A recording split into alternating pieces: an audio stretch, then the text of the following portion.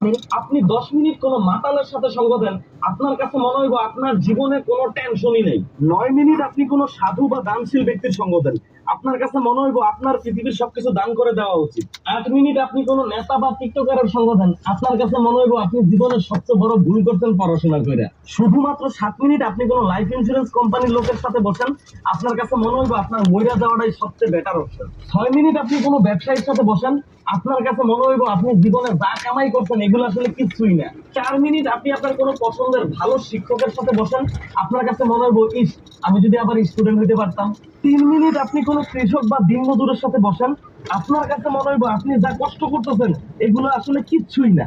2 minute আপনি কোনো দেশের সৈনিক অথবা মুক্তিযোদ্ধার সাথে বসেন, তখন আপনার কাছে মনে হইব আপনি জীবনে যা ত্যাগ করছেন এগুলো আসলে এসবের কাছে কিছুই না।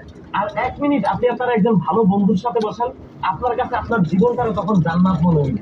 আর 1 মিনিটের কম সময় আপনি আপনার বউয়ের সাথে বসেন, তখন আপনার কাছে মনে হইব আপনি হলেন দুনিয়ার সবচেয়ে অকর্ম, অলস, আওয়ারা, বেকার, নিকাম্মা, দুশ্চরিত্র, খারাপ মানুষ, বেপরোয়া, বোতাই, বলদ যদি কেউ থাকে ওইটা হলেন আপনি।